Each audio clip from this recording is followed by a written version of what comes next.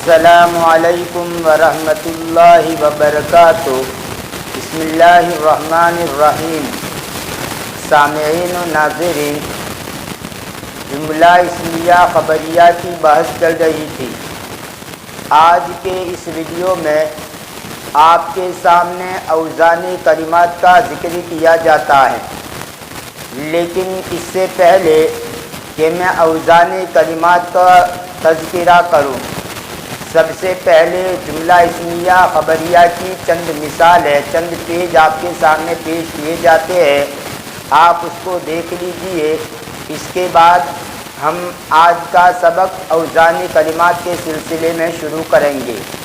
تو لیجئے، یہ چند پیج آپ کے سامنے پیش کیے جا رہے ہیں۔ بسم اللہ الرحمن الرحیم۔ من شفتک، تیرا تولیا، سیارتنا، ہماری گاڑی، سوا روحا، اس کا کنگن، مدرستک، تیرا مدرسہ، مسترتہ، اس کا پیمانہ، ممہاتک، تیرا ربر، مفتاح السیارۃ فی جیبی، گاڑی کی چابی میری جیب میں ہے، مروحۃ سبتنا عاطلۃ، ہماری کلاس کا پنکھا بگڑا ہوا ہے۔ سبتن کلاس کو بھی کہا جاتا ہے اور سب کو بھی کہا جاتا ہے۔ خمارہا جمیل، اس کا دوپٹہ خوبصورت ہے۔ محبرتہا علی المکتب، اس کی دوات میز پر ہے۔ قلنسوتک نظیفۃ، تیری ٹوپی صاف ستھری ہے۔ کتابک علی المکتب، کیا تیری کتاب میز پر ہے؟ نعم کتابی علی المکتب، ہاں میری کتاب میز پر ہے۔ بطانیتک جمیلۃ، تیرا کمبل خوبصورت ہے۔ نظارۃ اخیک جمیلۃ، تیرے بھائی کا چشمہ خوبصورت ہے۔ ضیفہ جالس فی الغرفۃ، اس کا مہمان کمرے میں بیٹھا ہوا ہے۔ حلیبک فی الکأس، تیرا دودھ پیالے میں ہے۔ سیارتنا فی المرآب، ہماری گاڑی گیریج میں ہے۔ مرآب کا معنی گیریج، جہاں پر گاڑیوں کی ریپیئرنگ کی جاتی ہے۔ اہادی مخدتہ، کیا یہ اس کا تکیہ ہے؟ لا ہادی مخدتی، نہیں وہ میرا تکیہ ہے۔ مخدتن کا معنی تکیہ، اور تکیے کے لیے ایک اور لفظ آتا ہے وسادتن، وسادتن کا معنی بھی تکیہ۔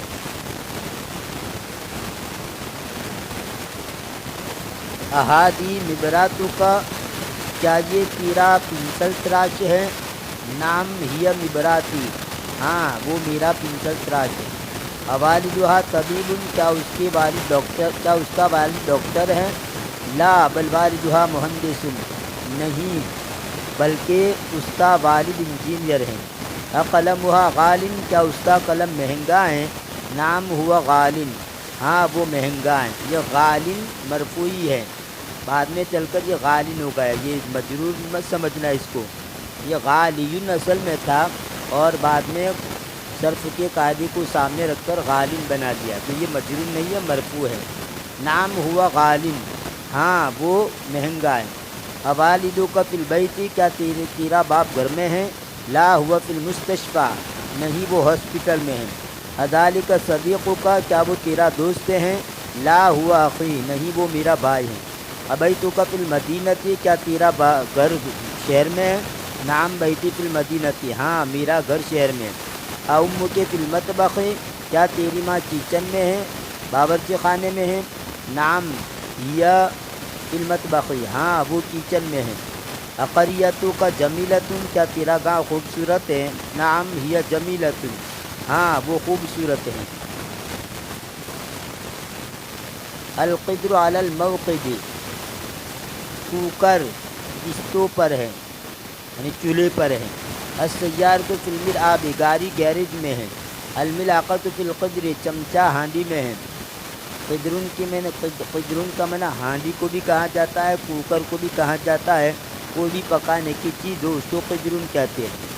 الملاقۃ فی القدر، چمچہ ہانڈی میں ہے، یعنی پکا یہ یہ آپ یہاں پر اس کو ہانڈی کہا گیا، اور یہاں پر یہ اس کو ہانڈی یہ قدرن کہا گیا یہاں پر، اور یہاں پر قدرن سے مراد یہ جو آپ دیکھ رہے وہ بھی پکانے کا برتن اس کو قدرن کہتے ہیں۔ الدولاب من الحدید، الماری لوہے کی ہے، الام فی المطبخ، ماں کچن میں ہے، الچائے بالحلیب، چائے دودھ کے ساتھ ہے، القلم فی الجیب، قلم جیب میں ہے، الولد فی الطابور، لڑکا دستے میں ہے۔ طابور کا معنی ہوتا ہے 800 سے لے کر 1000 تک فوجی ملے ہوئے ہو، یعنی فوجیوں کا دستہ اس کو کہا جاتا ہے طابور۔ 800 سے لے کر 1000 تک جو فوجی ہو یعنی دستہ ہو فوجیوں کا اس کو کہا جاتا ہے طابور، یعنی فوجیوں کی جماعت 800 سے لے کر 1000 تک فوجیوں کی جماعت ہو اس کو طابور کہا جاتا ہے۔ الولد فی الطابور، لڑکا دستے میں ہے، الفراش علی السریر، بستر چارپائی پر ہے، الکاس علی الرف، پیالہ الماری پر ہے، الکرسی من الخشب، کرسی لکڑی کی ہے، خالد فی المدرسۃ، خالد مدرسے میں ہے، المریض علی الفراش، بیمار بستر پر ہے، الحلیب فی الکوب، دودھ پیالی میں ہے، العصیر فی الدورق، جوس برتن میں ہے۔ یہ دورقن کہا جاتا ہے، ویسے دورقن جو شراب جس کے اندر رکھی جاتی ہے، یہ کانچ کا جو برتن ہوتا ہے جس کے اندر عموماً شراب رکھی جاتی ہے اس کو دورقن کہا جاتا ہے۔ کانچ کا پیمانہ شراب، کانچ کے پیمانہ شراب کو کہتے ہیں، کوئی بھی مطلب ہے لیکن عام طور پر یہ شراب جس کے اندر رکھی جاتی ہے کانچ کی جو سرائی ہو اس کو دورقن کہتے ہیں۔ آپ یہاں پر بھی سمجھ لیں برتن کانچ کا، یہاں پر دیکھیں یہ ہے جس کو آپ یہاں پر یہ دورقن ہے۔ العصیر فی الدورق، جوس برتن میں ہے، کانچ کے برتن میں ہے۔ العصفور علی الشجرۃ، چڑیا درخت پر ہے۔ خالد من الہند، خالد انڈیا کا ہے۔ الولد علی الحصان، لڑکا گھوڑے پر ہے۔ الولد علی الباب، لڑکا دروازے پر ہے۔ سعید فی البیت، سعید گھر میں ہے۔ الکاس من الزجاج، پیالہ کانچ کا ہے۔ الشائے فی الفنجان، چائے پیالی میں ہے، فنجان کا مطلب پیالی۔ الطالب فی الملعب، طالب علم کھیل کے میدان میں ہے۔ عمار فی السوق، عمار بازار میں ہے۔ السبورۃ فی الفصل، بلیک بورڈ یا تختہ سیاہ درس گاہ میں ہے۔ ویاسر فی المسجد، اور یاسر مسجد میں ہے۔ البطاریۃ فی الجوال، بیٹری موبائل میں ہے۔ السائق جالس فی السیارۃ، ڈرائیور گاڑی میں بیٹھا ہوا ہے۔ هل المدرس فی الفصل، کیا استاد درس گاہ میں ہے؟ نعم المدرس فی الفصل، ہاں استاد درس گاہ میں ہے۔ هل السیارۃ فی الشارع، کیا موٹر گاڑی راستے میں ہے؟ لا السیارۃ فی المرآب، نہیں گاڑی گیرج میں ہے۔ والشاحن فی الفصل، اور چارجر درس گاہ میں ہے۔ شاحن کا مطلب چارجر، یہ اس کو چارجر بولتے ہیں، چارجر۔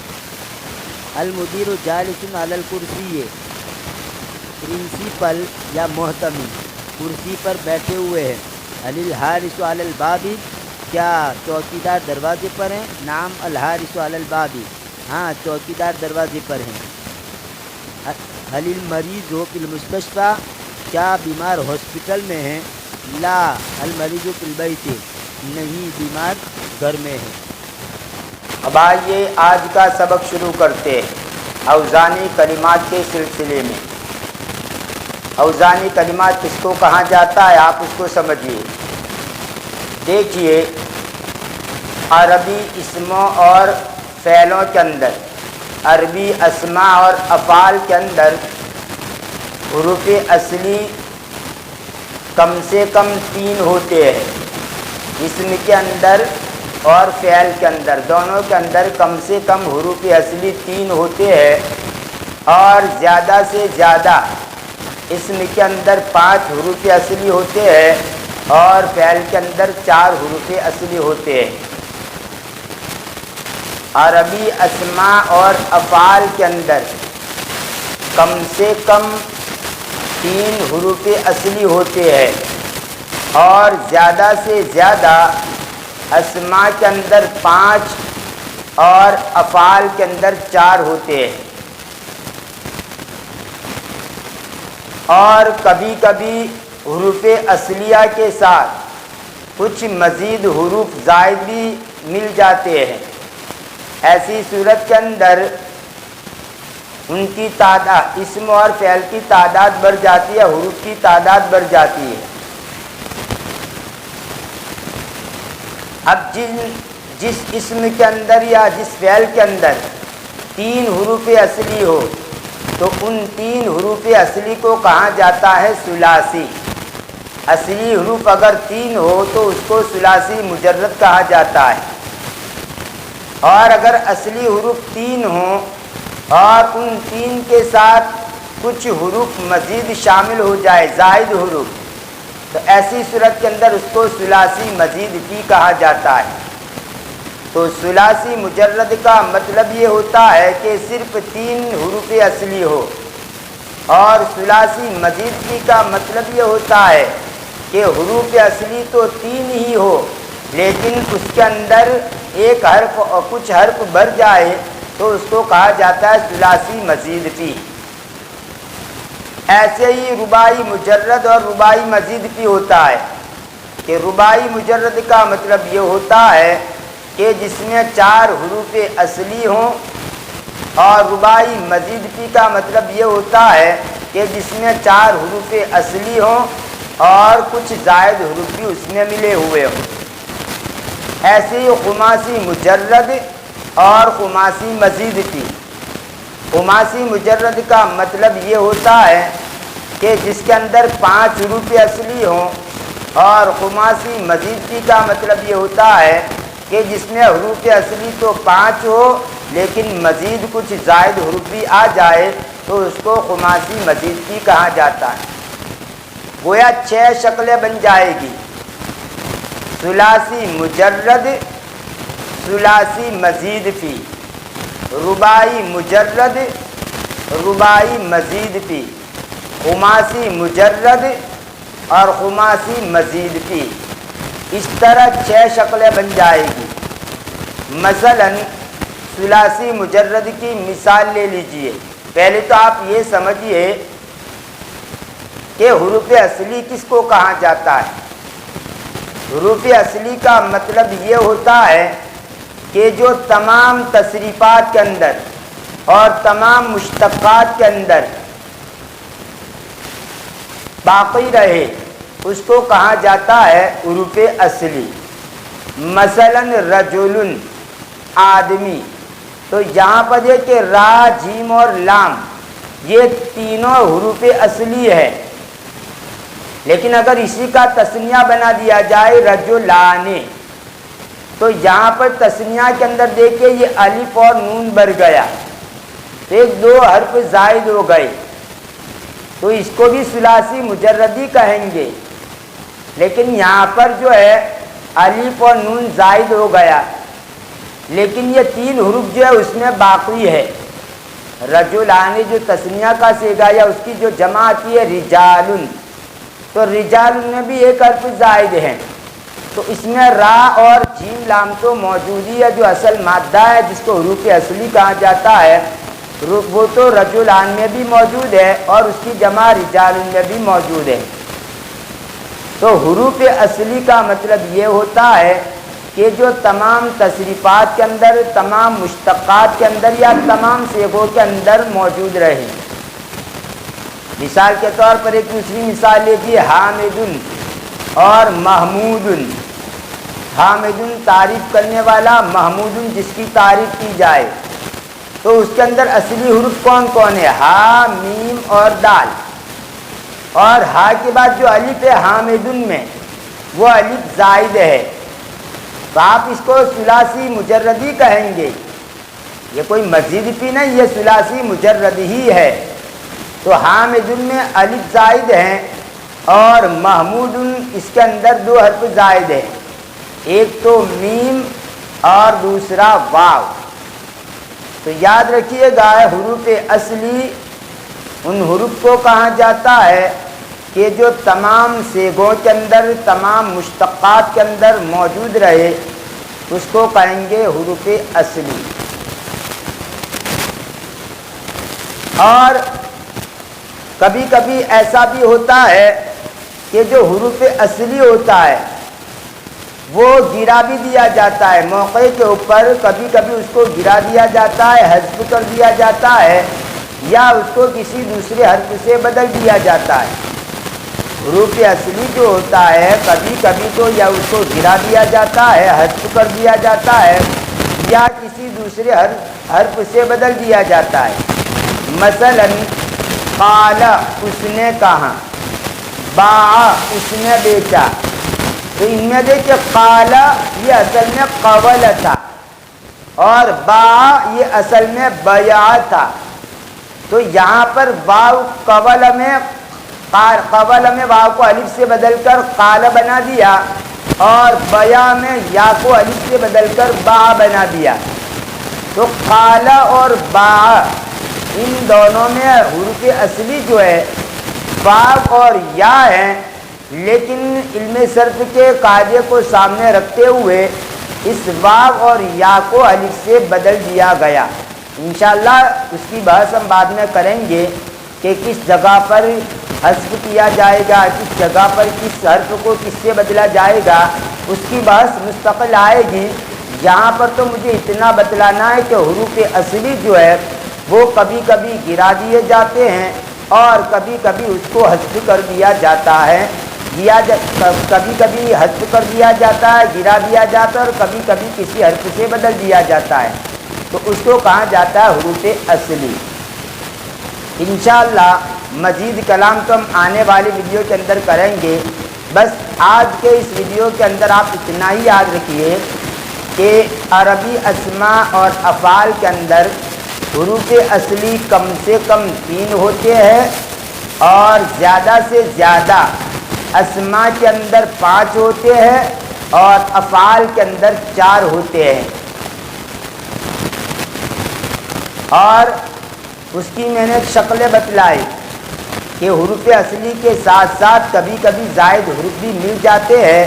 جب زائد حروف مل جائیں گے تو ایسی صورت کے اندر 6 شکلیں بن جائے گی۔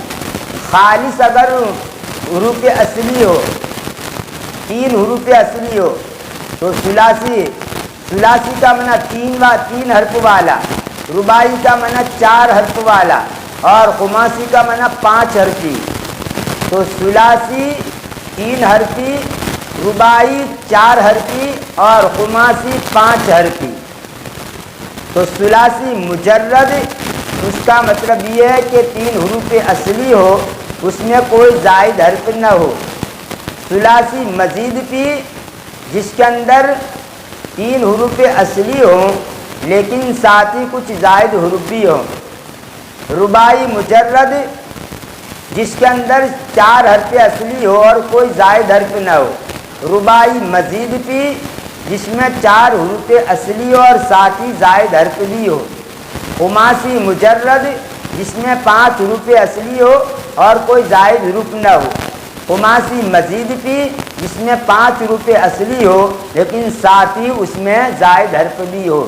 تو اس طرح 6 شکلیں بنے گی: ثلاثی مجرد، ثلاثی مزید پی، رباعی مجرد، رباعی مزید پی، خماسی مجرد، خماسی مزید پی۔ انشاءاللہ آنے والی ویڈیو کے اندر مثالوں کے ساتھ اس کو سمجھایا جائے گا۔ تو بس آج کے ویڈیو کے اندر اتنا ہی یاد رکھیے، انشاءاللہ مزید کلام آنے والی ویڈیو میں کیا جائے گا۔